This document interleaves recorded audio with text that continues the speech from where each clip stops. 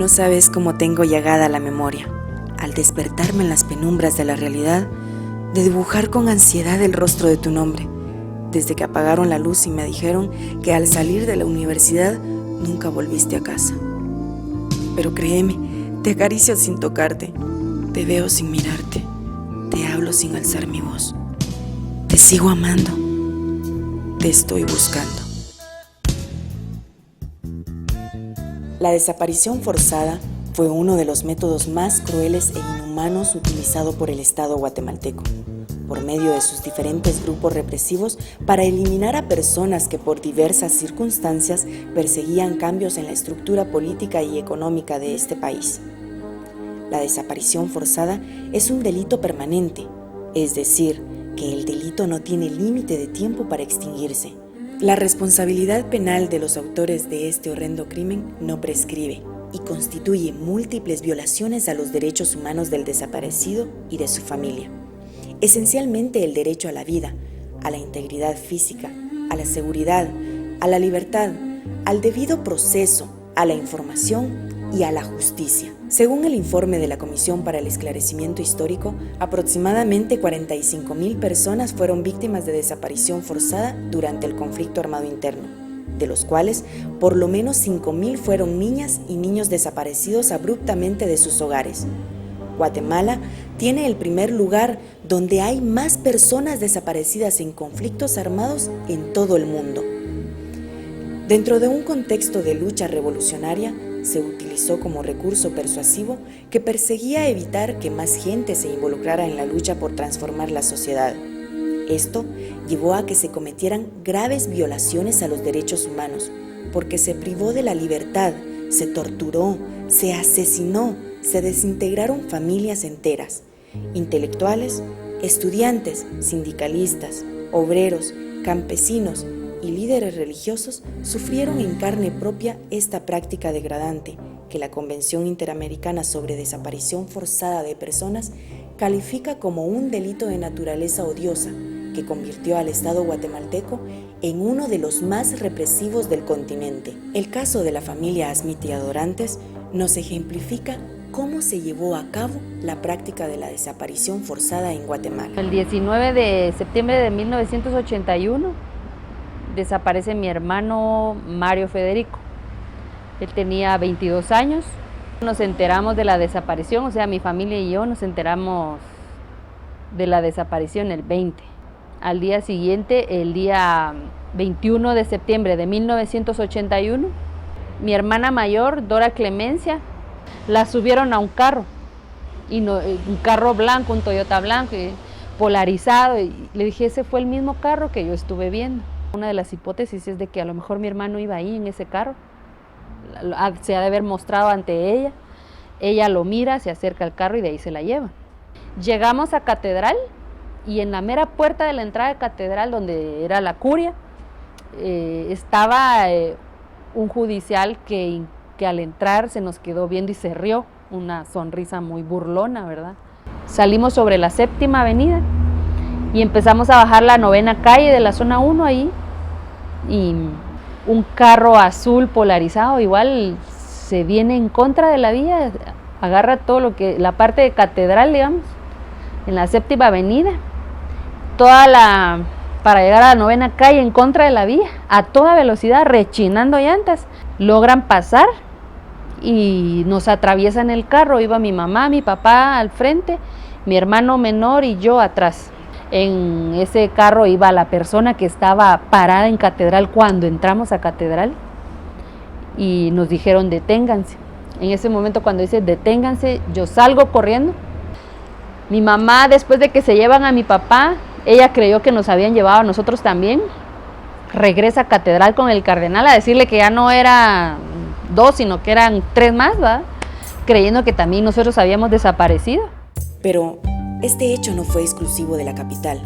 También en el interior del país fueron muchos los desaparecidos, a pesar de que muchas comunidades se vieron asediadas por la política de tierra arrasada que acabó con grandes cantidades de personas a través de masacres.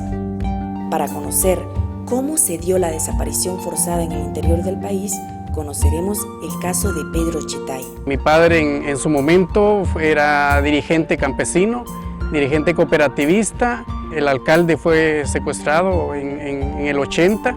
Mi padre tuvo 3 atentados en la casa y pues no lograron ubicarlo. En ese momento decidió retirarse un poco del movimiento campesino, indígena y la alcaldía para resguardar su integridad física. Sin embargo, pues lo siguieron porque al final dieron con él. El 1 de abril del año 81 fue secuestrado aquí en la ciudad. Después de la firma de la paz, empezó la búsqueda de justicia por parte de los familiares, ante tantos casos en donde se logró establecer la participación del Estado.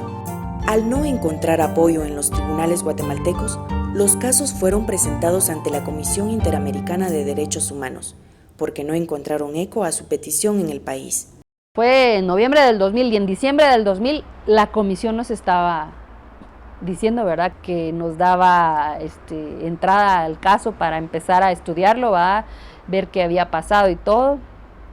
Al siguiente año, en octubre del 2001, fuimos a una reunión de trabajo con la Comisión Interamericana a presentar el caso. Nos habían dado 30 minutos para exponer el caso, ¿no? Para mí y la familia, bueno, fue así muy gratificante que el Estado haya reconocido inmediatamente y aceptó su culpabilidad, ¿verdad?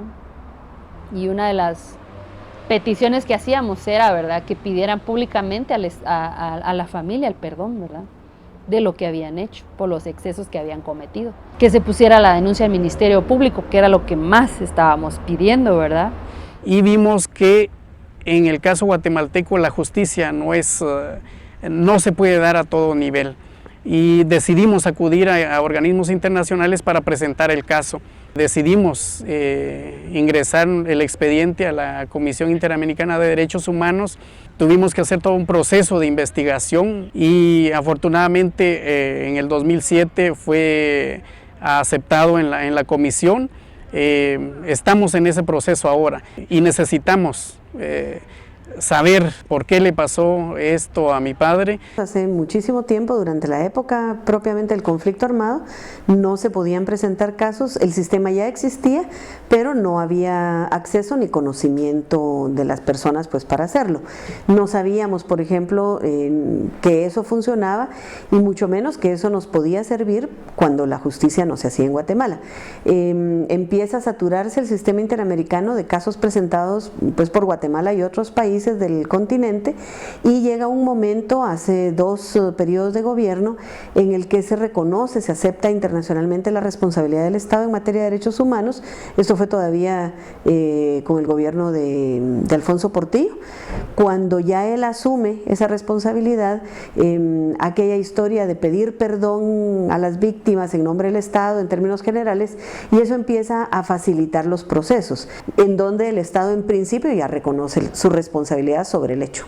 Aunque es muy difícil que se sepa qué pasó con los miles de desaparecidos, estos casos nos demuestran que la lucha de los familiares por la búsqueda de justicia, a pesar del paso del tiempo, ha rendido sus frutos, como lo demuestra el caso de la familia Smitia y de algunos otros que han logrado, aunque sea mínimamente, que se reconozca que sus familiares eran personas honorables y valiosas para la sociedad guatemalteca, y que bajo ninguna circunstancia se justifica el cruel destino que les tocó vivir, que la dignificación de sus nombres y el resarcimiento a las familias es lo menos que el Estado guatemalteco puede hacer para lograr la reconciliación con la sociedad y la búsqueda de consolidación de un Estado de derecho.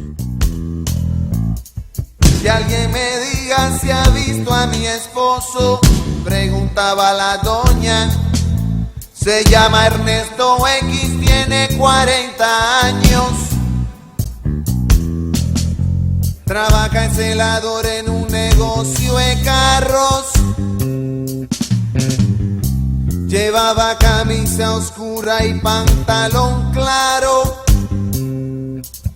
Salió anteanoche y no ha regresado. Y no sé ya qué pensar.